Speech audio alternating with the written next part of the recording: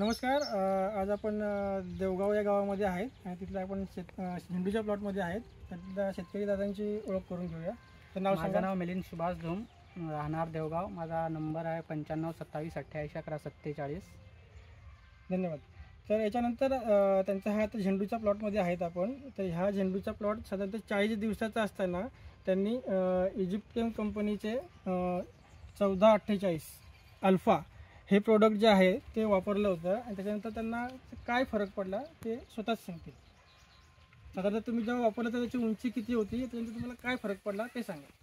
म्हणजे मला असं वाटत पण नव्हतं का माझा झेंडू एवढा म्हणजे फुले येतील.